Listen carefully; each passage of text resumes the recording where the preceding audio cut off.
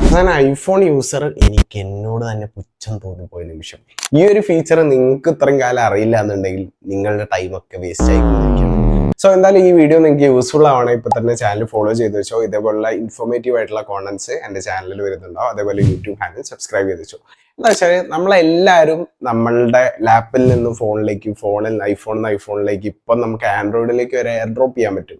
So അപ്പം നമ്മൾ വലിയ വലിയ ഫയൽസ് ഒക്കെ എയർ ഡ്രോപ്പ് ചെയ്യുന്ന സമയത്ത് ഞാനിപ്പോൾ ഈ വീഡിയോയിൽ ഇവിടെ കാണിച്ച ഈ ഒരു ഫയലിന്റെ സൈസ് 2.32 GB ആണ്. ഇതിൽ കൂടുതലുള്ള ഫയൽസ് ആണെങ്കിൽ ചില സമയത്ത് നമ്മൾ എയർ ഡ്രോപ്പ് ചെയ്യുമ്പോൾ ഫെയിൽ ആവാനുള്ള ചാൻസ് ഉണ്ട്. അപ്പം ഞാനിവിടെ അത് എയർ ഡ്രോപ്പ് ചെയ്യാണ്. ഈ ഒരു ഫോണിലേക്ക് റിക്വസ്റ്റ് വന്നിട്ടുണ്ട്. ഞാനത് അക്സെപ്റ്റ് കൊടുത്തു. ഇപ്പോൾ ഭയങ്കര സ്ലോ ആയിട്ടാണ് കയറുന്നത്. സോ ഇനി നമ്മളത് ഈ C2C കണക്ടർ നമ്മളെ ലാപ്പിലും അതേപോലെ ഫോണിലേക്കും കണക്ട് ചെയ്യണം.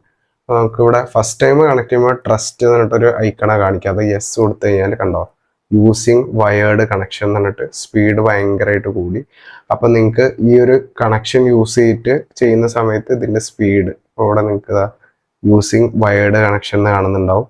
നിങ്ങൾ ഡിസ്കണക്ട് ചെയ്ത് കഴിഞ്ഞാൽ സിമൾട്ടേനിയസ് ആയിട്ട് ഈ സാധനം വയേർഡ് കണക്ഷനിൽ നിന്ന് മാറി വയർലെസ്സിലേക്ക് തന്നെ ഇത് സ്വിച്ച് ആവുന്നത്. സോ അങ്ങനെ നിങ്ങൾക്ക് വയേർഡായിട്ട് എയർ ഡ്രോപ്പ് ചെയ്യാം. വയേർഡായിട്ട് എയർ ഡ്രോപ്പ് ചെയ്യുന്നുണ്ടെങ്കിൽ പിന്നെ എന്തിനാണ് എയർ ഡ്രോപ്പ് എന്ന് പറയുന്നത്? എന്തായാലും നിങ്ങൾക്ക് ഫെയിലിയർ റേറ്റ് കുറവായിട്ട് ഇതേപോലെ ബിഗ്ഗർ ഫയൽ സൈസ് ഉള്ള ഫയൽസ് നിങ്ങൾക്ക് ട്രാൻസ്ഫർ ചെയ്യാൻ പറ്റും. ഇതൊരു ടിപ്പാണ്.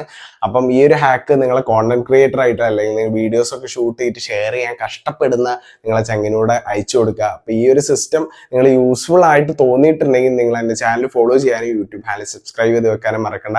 അതേപോലെ ഇത് സക്സസ് ആയിട്ടുണ്ടെങ്കിൽ സക്സസ് താഴെ കമന്റ് ചെയ്യുക. ഫെയിലിയർ ആയിട്ട് നിങ്ങൾ ഫേസ് ചെയ്തിട്ടുള്ള ഇഷ്യൂ എന്നാണ് താഴെ കമന്റ് ചെയ്യുക. നിങ്ങൾ യൂസ് ചെയ്യുന്ന കേബിള് ഡാറ്റ ട്രാൻസ്ഫർ സപ്പോർട്ട് ചെയ്യുന്ന ബ്രൈഡഡ് കേബിൾ സപ്പോർട്ട് ചെയ്യും. വേറെ കേബിൾസ് ആണെങ്കിൽ അത് ഇതേപോലെ ഡാറ്റ ട്രാൻസ്ഫർ സപ്പോർട്ട് ചെയ്യുന്ന കേബിളാണെന്ന് മേക്ക് ഷുവർ ചെയ്യുക. ഐഫോണിൽ ലൈറ്റ്നിങ് കേബിൾ വരുന്നതിലും ഇത് വർക്ക് ആവും കേട്ടോ. അപ്പം എന്നാലും ട്രൈ ഔട്ട് ചെയ്തിട്ട് താഴെ കമന്റ് ചെയ്യുക. അപ്പം അടുത്ത വീഡിയോ ആയിട്ട് അടുത്ത ദിവസം കാണാം.